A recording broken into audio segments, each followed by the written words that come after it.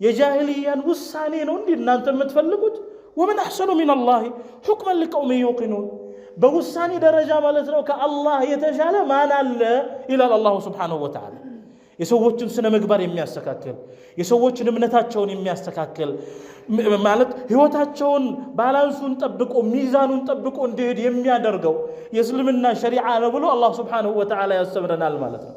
الناس اليوم ዛሬ ሰዎች بحاجة إلى الإسلام من جديد እንደ አዲስ ማለት ነው እስልምናን ማጥናት አለባቸው። የእስልምናን ሸሪዓ ማጥናት አለባቸው። ይሄ ስለዚህ ነገር ማንሳቱ ራሱ ያስፈልገበት ምክንያት ምንድነው?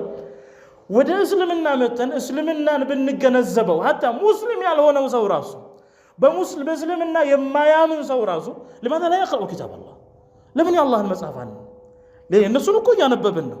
ሌላውን ምድራዊ የሆኑ በምድር ሰዎች ይጻፉትን ነገር ያነበብን ነው አይደል?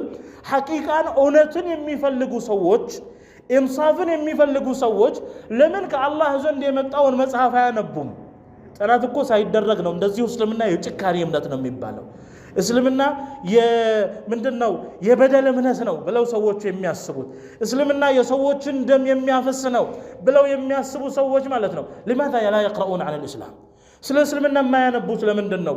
የእስልምናን ታሪክ ቢገነዘቡ ኖሮ ማለት ነው። ዛሬ እኮ ቁሱሩ ወይም ችግሩ ከኛ ሊሆን ይችላል። ነገር ግን ምናልባት ችግሩ ከኛ ከሆነ نحن لا نمثل الإسلام እኛ እስልምናን አይደለም የእስልምናን ቦታ አይደለም የምንተካውኛ። ማንኛውም ሙስሊም የሚሰራውን ስራ በሚሰራ ጊዜ ማለት ነው ያ የራሱ ኃላፊነት ነው። እስልምና እኔ በመሰራው በማጠፋው ጥፋት ተጠያቂ መሆን የለበትም። ልክ ማንኛውም ሰው የማንኛውም እምነት ተከታይ ማለት ነው በሚሰራው ጥፋት ተጠያቂ መሆን እንዳለበት እኔ በማጠፋው ጥፋት ሌላው በሚያጠፋው ጥፋት እስልምና ተጠያቂ መሆን የለበትም። እስልምና لا حل الا هو ዛሬ ደርሰንበታል።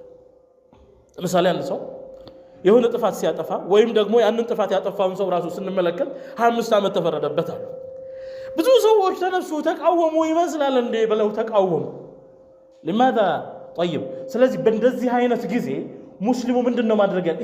ጊዜውን ተጠቅሞበት እስልምና ሁክም እንደዚህ አይነት ሲሆን ምንድነው የሚሆነው የሚለው ለሰዎቹ ራሱ ማሳወቅ ለሰዎቹ ማስገንዘብ ተገቢ ነው የሚሆነው ማለት ነው።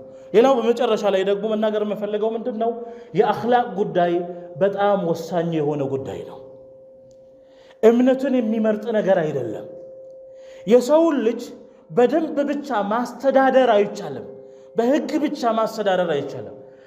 አኽላቁ ካልተስተካከለ መልካም የሆነ ስነ ምግባር ይሄ ነው ይሄንም መልካም ስነ ምግባር ተላበስ ካላል ለልጆቻችን ለማህበረሰባችን መልካሙ ትክክለኛው መንገድ ይሄ ነው ይሄ ደግሞ መጥፎ ነው ይሄኛው ደግሞ ጥሩ ነው ብለን ካላሳወቅን ማለት ነው ይሄን እምነት የሚባለው ነገር ሰውን ሃይማኖተኛም ማናደርገው ከሆነ ምናልባት ከህጋይን በራቀ ጊዜ የፈለገውን ነገር መስራት ይችላል ማለት ነው። እስልምና ሸሪዓ خصائص አንዱ ምንድነው?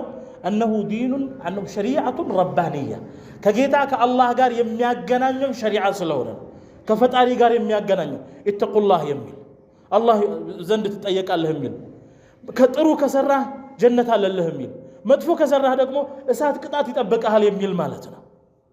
ስለዚህ በዚያ ብቻ አይደለም ነብዩ ሰለላሁ ዐለይሂ ወሰለም ማህበረሰቡን ያስተዳደሩት በተቅዋው በአኽላቁ በስሉኩ ስለሆነ ማለት ነው።